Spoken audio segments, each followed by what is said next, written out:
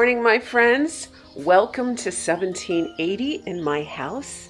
And today we're going to take a little look at 3 of my new portraits that I have up in my home. And I wanted to show them to you because they're super cool. You can get them on my website. And it's this beautiful woman is in primitive folk art style. She's standing under a willow tree. The willow tree stands for mourning, sorrow, remembrance, but also endurance and regeneration. In early American gravestone carving and mourning art, and I say mourning as in M-O-U-R-N-I-N-G,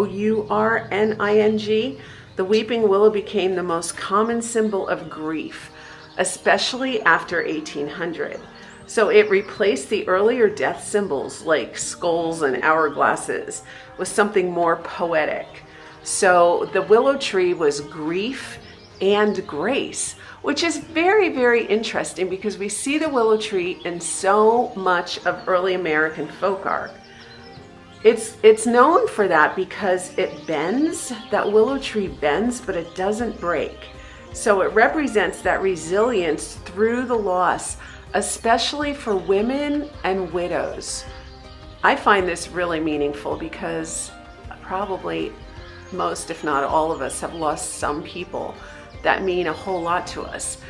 And we know how it feels like it's going to break us, but it doesn't break us. It bends us and it makes us stronger in the end. Not that we're ever the same again, but we do come out stronger.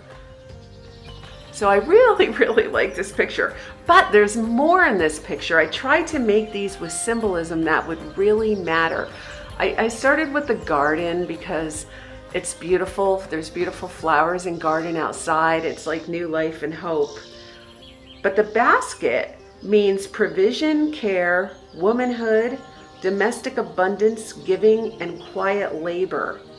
The basket in early America wasn't just a container, it was a sign of industry, nurturing, and stewardship. Now let's talk about the dove, because we all know about the dove. The dove means peace, innocence, divine presence, the soul, and eternal love.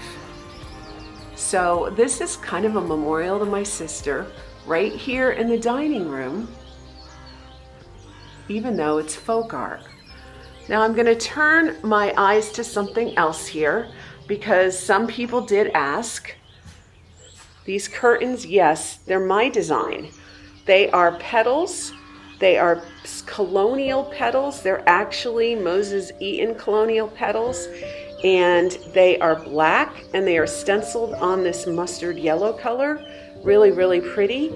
They come on these long drapes. They're white on the back. They don't fade. They hang really nicely. They're strong. They're light blockers, and they are, 54 by 80? Or is it 50 by 84? I don't remember. They're your traditional length. That would be floor to ceiling. You can find out the true measurements on the website. But, all right, we're gonna move on to another picture. And this one I put in my tavern. I really love this one. It's, again, another one of my designs, but I'm like crazy about this one because she is so dumb cute, isn't she? I mean, I think she's just adorable. She's part of my Bellwood collection. So if you guys don't know about my Bellwood collection yet, it's a new collection that I started. I call it the Bellwood Society. And I've made up a whole little 1780s world for a bunch of characters that live in this town called Bellwood, which of course means beautiful woods. And it's just the cutest little town, and I love it. So here's the thing about the Bellwood collection. I have also made stories for all of the people in Bellwood, characters and names. And this young lady is called Miss Celestine Marraby. She is the golden thread of Bellwood's new generation, polished, perceptive, and brimming with unspoken potential. Though still young, Celestine has earned admiration for her composure and keen sense of form. She's known to recite poetry in 3 languages and embroider verses from memory with her grandmother's lace needle. Dressed in soft gold with deep berry ribbons and delicate trim, Celestine strikes a balance between youthful wonder and aristocratic refinement. She collects pressed petals in an envelope tucked into her sleeve and has a habit of pausing mid-sentence to notice butterflies. Those who underestimate her sweetness quickly learn she is Bellwood's quiet strategist. So I love this. I have a motto for her: say nothing until it matters, then say it with elegance. She's beloved for her stillness, clever intuition, and beautifully understated grace. And this is her. So I wanted to put some portraits in my house that actually had meaning. And so since I made them, I had to give them meaning. And this young lady just is a lot of meaning. Now she is standing in my tavern. I have redecorated my tavern, and I was going to do a video about that, but I'll show you a minute. The flowers are starting to fade. But I brought that big spinning wheel into this room because, well, you know, it's kind of cute. I wanted my tavern just to be a little brighter, a little more yellow. So I brought this little area rug in here and put that on my, it's chenille, it's so nice. That is also on my website. I put that on the table right under this darling girl. So I've got some real good mustard yellow continuing through this room. Dewey likes it in here a lot. And the only other thing I changed out in this room was I took the curtains. These are the curtains that were in the dining room, and I moved them into the tavern because I had darker maroon curtains in here and I wanted to lighten it up, and this color actually lightened it up really well. So while it felt too dark for my buttery summer look in my front room, it worked really well in this room. I brought some peonies in and some flowers from the garden, and I'm really loving the way this room looks. Okay, we're gonna go to one more room.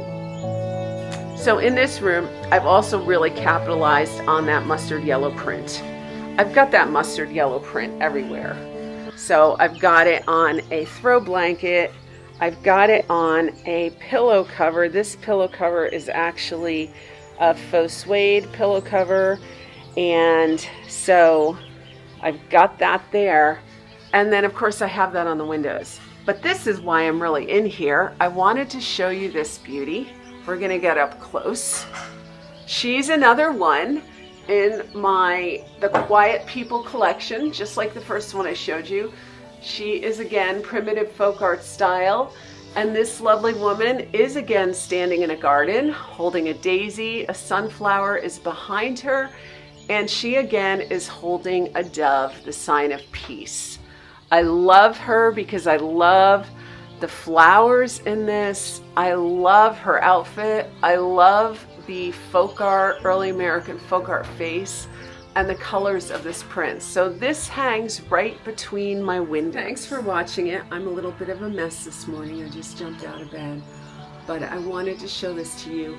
The next thing that you'll be getting from me is a walkthrough of the Walker Homestead Antique Show. It was so amazing, and I'm going to work on that video tomorrow and try to get that out for you in the next few days. So we'll see you soon. Thanks for watching.